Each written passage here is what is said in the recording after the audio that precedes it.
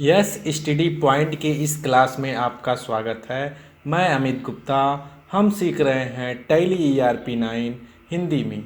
Tally में आज हम सीखेंगे टैली में purchase return and sales return की एंट्री करना। जब हम टैली ओपन करते हैं तो इस तरह हमको दिखाई देता है उसका पहला स्क्रीन। हम यहाँ राधा ट्रेडर्स के नाम से कंपनी बनाए हैं। इसमें आज हम देखेंगे कि हम कैसे परचेज करते हैं, कैसे उसको रिटर्न करते हैं, परचेज रिटर्न कैसे करते हैं, या कोई भी चीज़ हम बेच दिए, सेल्स कर दिए और वो हमको वापस कर रहा है माल, यानी सेल्स रिटर्न हो रहा है, तो उसकी एंट्री कैसे करें। सबसे पहले हमको टैली को यह समझाना होता है कि बिजनेस में हम किस चीज़ का व्यापार कर रहे हैं। उसके लिए हम क्या करते हैं, इन्वेंट्री इन्फो में जाएंगे, उसका ग्रुप बनाएंगे जिस चीज़ का हम व्यापार कर रहे हैं। राधा ट्रेडर्स एक कंप्यूटर व्यापारी है, तो ये कंप्यूटर को खरीदता है, कंप्यूटर को बेचता है। तो ये जिस चीज़ का व्यापार कर रहा है वो गुड्स कंप्यूटर हुआ, तो उसके लिए हम ग्रुप बनाएंगे। अगर हम कंप्यूटर के अलावा फ्रिज, कूलर, टीवी बेचते तो हम मल्टीपल से उसका ग्रुप बनाते, लेकिन हम सिर्फ कंप्यूटर बेच रहे हैं। तब हम उसका, अगर हम कंप्यूटर बेच रहे हैं, एक ही चीज़ बेच रहे हैं, इसीलिए सिंगल स्टॉक ग्रुप बनाएंगे और उसको पीरियड से बनाएंगे। पीरियड पर क्लिक करेंगे तो उसका डायलॉग बॉक्स आ जाएगा। नेम फील्ड में हम यहाँ कंप्यूटर लिख देंगे, क्योंकि हम कंप्यूटर के व्यापारी हैं और सिर्फ कंप्यूटर बेचते हैं, इसीलिए हम एक ही स्टॉक ग्रुप बना रहे हैं। और वो नेम फील्ड में कंप्यूटर कर दिए, इसको प्राइम करके कंट्रोल ए करके सेव कर लेंगे। फिर ये कंप्यूटर हम किस में बेच रहे हैं, किस चीज़ में बेच रहे हैं, उसका मात्रक क्या होगा। ये जैसे कंप्यूटर को हम केजी में नहीं बेच सकते हैं, उसको लीटर में नहीं बेच सकते हैं, उसको नंबर में बेचेंगे या तो पीस में बेचेंगे, तो उसका यूनिट हमको बताना पड़ता है। टैली को बताना पड़ता है कि जो हम कंप्यूटर बेच रहे हैं उसको हम पीस में बेच रहे हैं। उसके लिए हम यूनिट बनाते हैं। यूनिट ऑफ मेजर पे क्लिक करेंगे, पीरियड से नया यूनिट बनाएंगे। यूनिट का पूछ रहा है सिंबल क्या होगा, तो हमने सिंबल में पी रख दिया, उसका पूरा नाम लिख दिए पीस। और नंबर ऑफ डेसिमल प्लेस में अगर दशमलव के बाद भी कोई अंक रखना चाहते हैं, 2 अंक या 1 अंक या 3 अंक, तो उसको यहाँ पर उस नंबर को भर देंगे। चूंकि हम कंप्यूटर बेच रहे हैं, कंप्यूटर हमारा दशमलव में नहीं बिकता है, दशमलव के बाद कोई भी अंक का यूज नहीं करेंगे, इसीलिए हम यहाँ 0 रख रहे हैं। कंट्रोल ए करके इसको हम एक्सेप्ट कर देंगे। ये जब हो जाएगा तो कंप्यूटर में भी तो कई ब्रांड होते हैं, उस कौन कौन से ब्रांड का हम कंप्यूटर बेचते हैं उसके लिए स्टॉक आइटम बनाएंगे। आइटम पे जब क्लिक करेंगे तो हम 2-4 ब्रांड बेच रहे हैं, तो इसलिए हम मल्टीपल के पीरियड को सेलेक्ट कर दिए। अंडर ग्रुप के सामने हम कंप्यूटर सेलेक्ट कर रहे हैं, जो कि ये कंप्यूटर इसलिए सेलेक्ट कर रहे हैं, जो ये ब्रांड हम बनाएंगे वो सब कंप्यूटर के ही ब्रांड हैं। जैसे पहला कंपैक्ट,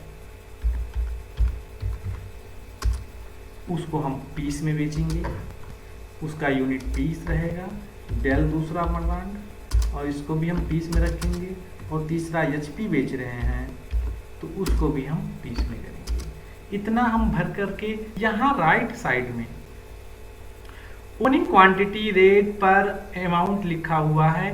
अगर हमारा माल पिछले वर्ष का कुछ बचा हुआ हम ला रहे हैं नए वर्ष में, तो जो पिछले वर्ष का बचा हुआ क्वांटिटी है इसमें हम भरते हैं। क्योंकि हम पिछले वर्ष का बचा हुआ माल नहीं ला रहे हैं, एक फ्रेश नई कंपनी बना रहे हैं, तो इसमें हम कुछ भी नहीं भरेंगे और कंट्रोल ए करके इसको भी एक्सेप्ट कर लेंगे। इसके बाद हम एस्केप की से इसको बाहर आ जाएंगे। जब हम बाहर आ जाएंगे तो अकाउंटिंग वाउचर में जाएंगे, और अकाउंटिंग वाउचर में सबसे पहले हम रिसीप्ट वाउचर को ओपन करेंगे। रिसीप्ट वाउचर को इसलिए ओपन करते हैं, जैसे हम कोई भी दुकान खोले या कोई भी बिजनेस हम ओपन करते हैं या कोई कंपनी बनाते हैं, तो सबसे पहले हम उसमें पूंजी लगाते हैं। बिना पूंजी के ना हम कंपनी बना सकते हैं, ना दुकान खोल सकते हैं, ना कोई बिजनेस ओपन कर सकते हैं। तो बिजनेस को ओपन करने के लिए, कंपनी को ओपन करने के लिए जो पहले पूंजी लगाया जाता है उसको कैपिटल कहते हैं। तो वो कैपिटल हम रिसीप्ट पहले करते हैं। तो हम रिसिप्ट वाउचर में जाएंगे, अकाउंट में हम कैश करेंगे, और पर्टिकुलर्स फील्ड के नीचे हम यहाँ पे कैपिटल, चूंकि कैपिटल का हमने लेजर पहले से नहीं बना रखा है, इसीलिए एल्ट सी करके सेकेंडरी लेजर बनाएंगे। जब एल्ट सी करेंगे तो सेकेंडरी लेजर का ऑप्शन इस तरह आ जाएगा, जिसमें हम नेम फील्ड के सामने कैपिटल और उसको हम कैपिटल को कैपिटल अंडर में सेलेक्ट करेंगे। सेलेक्ट करने के बाद बाकी सारा ऑप्शन आवश्यकता अनुसार हम सेट करके कंट्रोल ए करके एक्सेप्ट कर लेंगे। और मान लिया हम 5 लाख रुपया व्यवसाय में पूंजी लगाया, तो यहाँ 5 लाख रुपया अमाउंट भर करके उसका नरेशन लिख देंगे कि हमने 5 लाख रुपया कैपिटल बिजनेस में लगा करके चालू किया, और फिर इसको एक्सेप्ट कर लेंगे। नरेशन जरूर लिखेंगे, वीडियो चूंकि लंबा ना हो इसलिए हम नरेशन फील्ड छोड़ दिए। इसके बाद हम माल परचेज करेंगे, जो माल हम खरीद रहे हैं। हम कुछ माल कैश परचेज कर रहे हैं और कुछ माल उधार परचेज कर रहे हैं। जो कैश परचेज करते हैं उसके लिए हम पार्टी अकाउंट नेम में कैश करेंगे, कैश का लेजर सेलेक्ट करेंगे, और परचेज लेजर में हम परचेज का लेजर सेलेक्ट करते हैं। चूंकि परचेज का लेजर हमने तो बनाया ही नहीं है, तो एल सी करके हम सेकेंडरी लेजर से परचेज लेजर बना लेंगे। परचेज लेजर को हम परचेज अंडर में रखेंगे, और इतना करने के बाद बाकी सारा ऑप्शन आवश्यकता अनुसार सेट करके कंट्रोल ले करके एक्सेप्ट कर लेंगे। यहाँ पे क्या परचेज कर रहे हैं, कंपैक्ट, जैसे ही हम सी दबाएंगे कंपैक्ट का लिस्ट खुल जाएगा। लिस्ट लिखा है लिस्ट ऑफ स्टॉक आइटम, उसकी सूची खुल जाएगी, उसमें से कंपैक्ट हम सेलेक्ट कर लेंगे। 10 पीस खरीद रहे हैं 15,000 रुपया प्रति पीस की रेट से। ऐसे ही हमने डेल खरीद लिया 10 पीस 16,000 रुपया प्रति पीस की रेट से, और तीसरा एचपी भी खरीद लिया 10 पीस 17,000 रुपया प्रति पीस की रेट से। इतना करने के बाद नरेशन फील्ड में नरेशन भर करके उसको कंट्रोल एस करके एक्सेप्ट कर देंगे।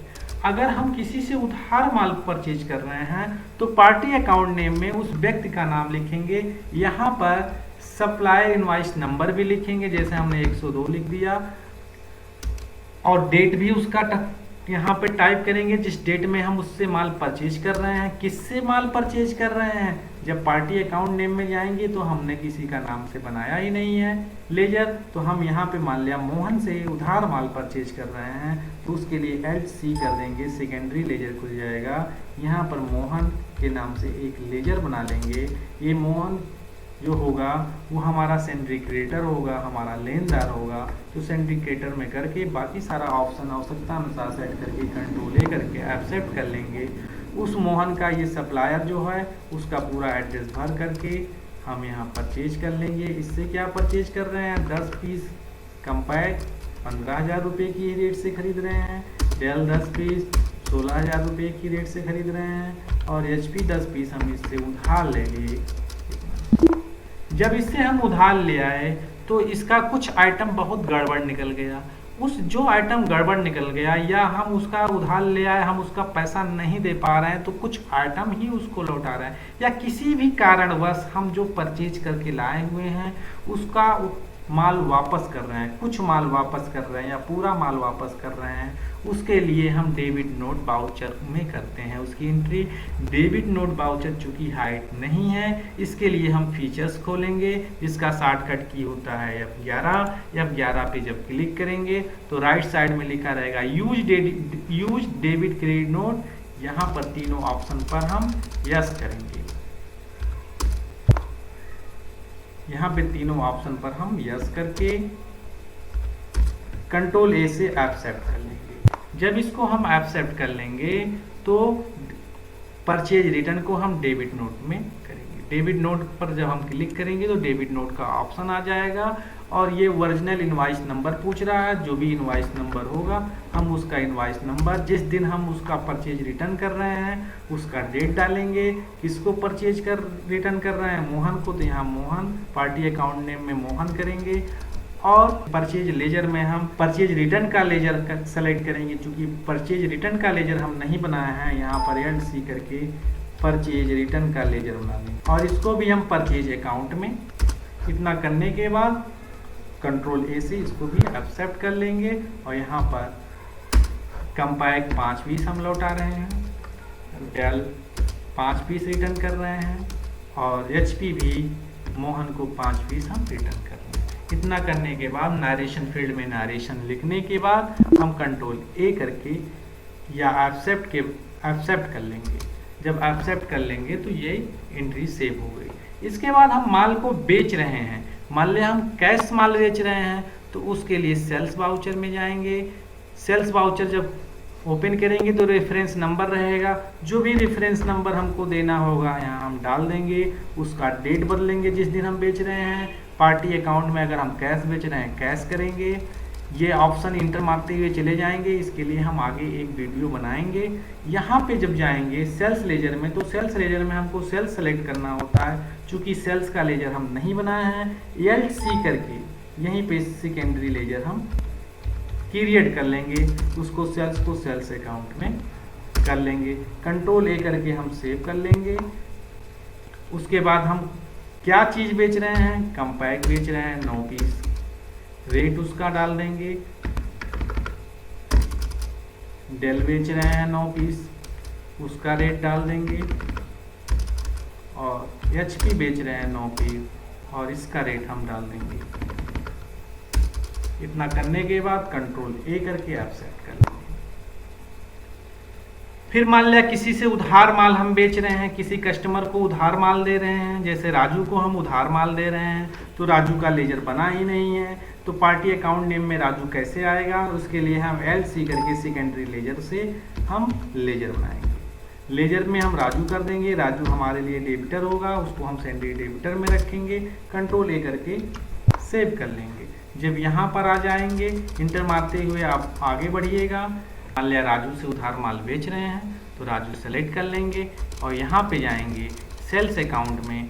सेल्स अकाउंट में हम यहाँ सेल्स कर लेंगे और सेल्स में हमने 5-5 पीस बेच रहे हैं, तो 5-5 पीस यहाँ टाइप करके हम यहाँ सेव कर लेंगे। अब राजू हमको 2-2 पीस माल रिटर्न कर रहा है, तो उसके लिए हम क्रेडिट नोट वाउचर में जाएंगे। क्रेडिट नोट वाउचर में जाने के बाद हम ओरिजिनल इनवॉइस नंबर यहाँ पे डाल देंगे, उसका डेट डाल देंगे जिस दिन वो हमको रिटर्न कर रहा है, और राजू रिटर्न कर रहा है, पार्टी अकाउंट में राजू कर देंगे। और सेल्स लेजर में सेल्स रिटर्न करके क्या सेल्स रिटर्न कर रहा है, कंपैक्ट 2 पीस, डेल 2 पीस और HP 2 पीस। नरेशन फील्ड में नरेशन लिख करके कंट्रोल A करके एक्सेप्ट कर लेंगे। ये 2-2 पीस रिटर्न हो गया। अब इन सबको हमको देखना होगा, हमारा स्टॉक देखना है, तो स्टॉक समरी में जाएंगे।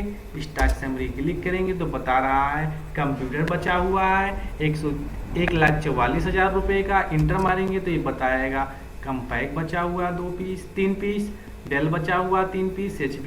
अगर कंपैक्ट के बारे में और डिटेल देखना है तो इंटर मारेंगे तो ये बता रहा है कि आया हुआ है 15 पीस, आउटवर्ड 12 पीस गया, 3 पीस क्लोजिंग। और भी डिटेल में देखना होगा तो फिर इंटर मार देंगे तो ये बता रहा है कि 2 बार परचेज किया गया है, एक बार कैश, एक बार मोहन से। फिर मोहन से परचेज रिटर्न भी हुआ है। फिर माल को हमने बेचा है, सेल्स किया है कंपैक्ट, और फिर कंपैक्ट राजू से माल बेचे हैं और ये राजू से सेल्स रिटर्न भी हुआ है। ये सारा चीज़ यहाँ पे दिखाई देगा। इसको डिटेल्स में देखने के लिए एल्ट के साथ या फोन कर देंगे, ये इस तरह डिटेल्स में भी दिखाई देगा। फिर स्कैप मार करके हम इससे बाहर आ जाएंगे। जब हम प्रॉफिट एंड लॉस खोलेंगे तो प्रॉफिट एंड लॉस इस तरह बताएगा, कार परचेज हमने किया है 9,60,000 का, 2,40,000 का माल रिटर्न हुआ है, यानी हम 7,20,000 का माल खरीदे हैं। ऐसे ही हम बेचे हैं सेल्स 7,98,000 का, जिसमें से 1,44,000 का माल लौट कर आ गया है, सेल्स रिटर्न हुआ है, और हमारा 6,84,000 का टोटल माल बिका हुआ है। 1,44,000 का माल बचा हुआ है, तो हमारे पास 1,08,000 रुपये प्रॉफिट, ग्रास प्रॉफिट हुआ। चूँकि इसमें कोई खर्चा नहीं है, वही हमारा नेट प्रॉफिट हो गया। तो इस तरह आज हमने देखा कि हम किस तरह सेल्स और परचेज की एंट्री करते हैं, फिर उसमें परचेज रिटर्न और सेल्स रिटर्न की एंट्री कैसे करते हैं।